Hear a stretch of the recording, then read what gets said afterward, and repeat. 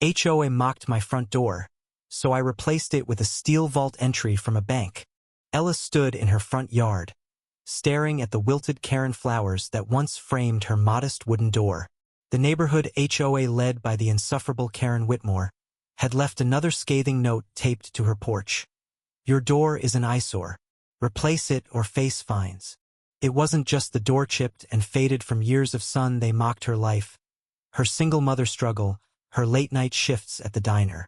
The flowers, a gift from her daughter Lily, were now collateral damage in Karen's crusade for perfection. Ella's blood boiled. This wasn't just a door. It was her dignity. Karen, the HOA president, ruled the cul-de-sac like a queen. Her pristine lawn and manicured roses screamed control, but her passive-aggressive notes were daggers. Ella had ignored the first few, but when Karen rallied neighbors to shun her at the block party, the humiliation stung. Tom, Ella's next-door neighbor and a quiet mechanic, tried to mediate. "Just paint the door, Ella," he'd said, his voice soft but pleading. "Karen's relentless." Ella scoffed. Paint wouldn't silence a bully. The conflict escalated when Ella, in a fit of defiance, ripped out the Karen flowers and tossed them onto Karen's lawn. The next morning, her door was defaced with red spray paint. "Trash." Lily, only 10, cried as she scrubbed the word off. Ella's heart hardened. She wasn't just fighting for herself now. She scoured junkyards and found a massive steel vault door from a defunct bank, rusted but imposing. With Tom's reluctant help, she installed it, its hinges groaning like a warning. The neighborhood gasped. Karen fumed. The showdown came at dusk.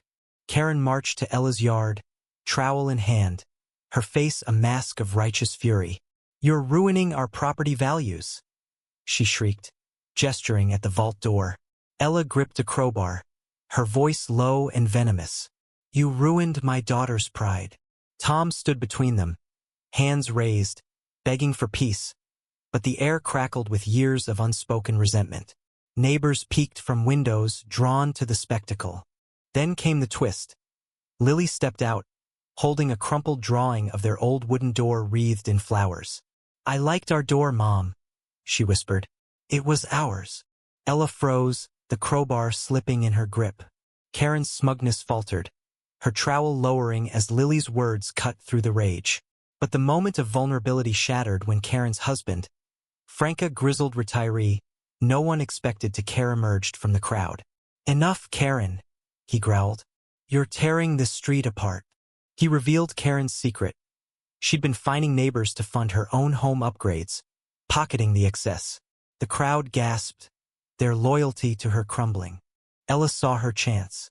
"You don't get to judge me anymore," she said, voice steady.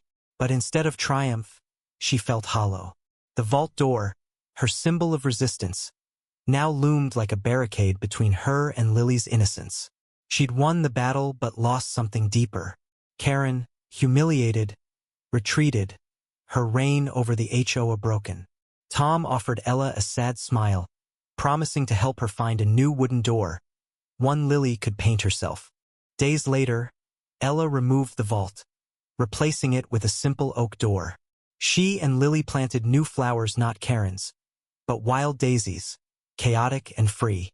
The neighborhood began to heal, but the scars remained. Karen moved away, her house sold to a young couple who ignored HOA rules. Frank stayed, quietly mowing Ella's lawn as penance. Yet Ella couldn't shake the bitterness. Her defiance had cost her daughter's sense of home, and no door could fix that. The cul-de-sac fell quiet, but the questions lingered. Was Ella's rebellion justice or pride? Did Karen deserve her downfall, or was she a product of a community that enabled her? The answers weren't simple, and the daisies swayed in the breeze, indifferent to the human mess below. What do you think was Ella's fight for dignity worth the cost? Or did her defiance fuel the same division she condemned? Share your perspective on justice and community conflict.